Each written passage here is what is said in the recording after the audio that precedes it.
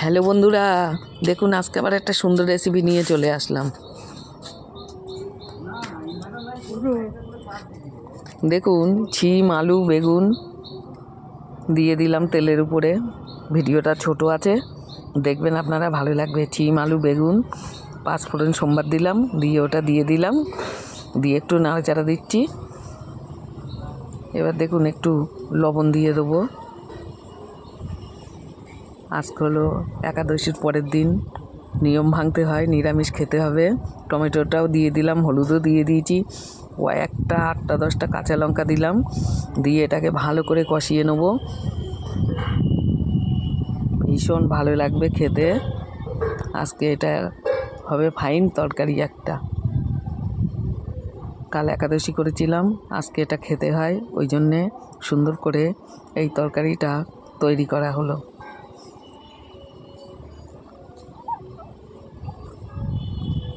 দেখুন এইবার আমি ভালো করে বেশ কষিয়ে নিচ্ছি।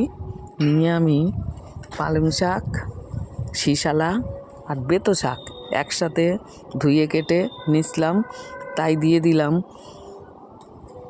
এটা আজকে খেতে হয়, পালং শাকটাও খেতে হয়, বেতো শাকটাও খেতে হয়। সেটা আলাদা করে তো খাবো না, অল্প অল্প করে দিয়ে দিলাম, একসাথেই হয়ে যাক সব।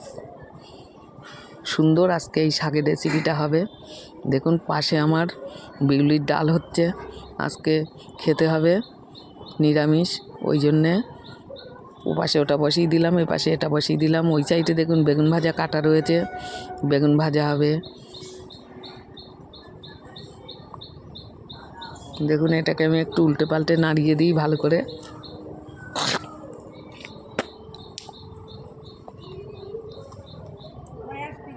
এবার একটু ঢেকে দিলাম,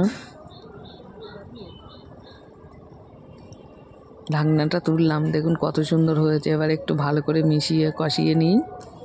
কষানো তো হয়ে গেছে, একটু ভালো করে মিক্সড করে নিই।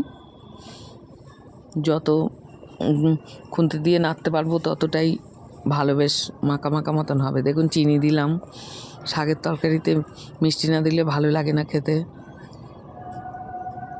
দেখুন বড়ি ভাজা করে রেখেছিলাম, সেটাও দিয়ে দিলাম, দিয়ে একটু নাড়াচাড়া দেবো।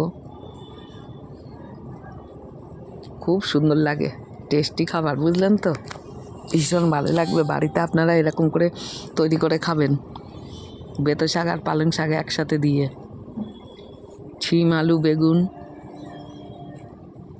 এইবার দেখুন একটু ধনে পাতা দিয়ে দিলাম, আরও টেস্টি হবে। যে না খাবেন সে বুঝতে পারবেন না, একদিন করেই খেয়ে দেখবেন বাড়িতে, কত সুন্দর লাগবে।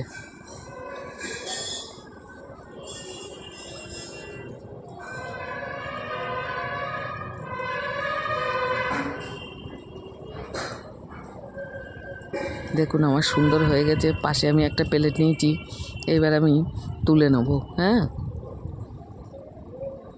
এক এক করে সবটাই আমি তুলে নেব। ভিডিওটা বন্ধুরা দেখবেন, একটা লাইক শেয়ার কমেন্ট দিয়ে দেবেন,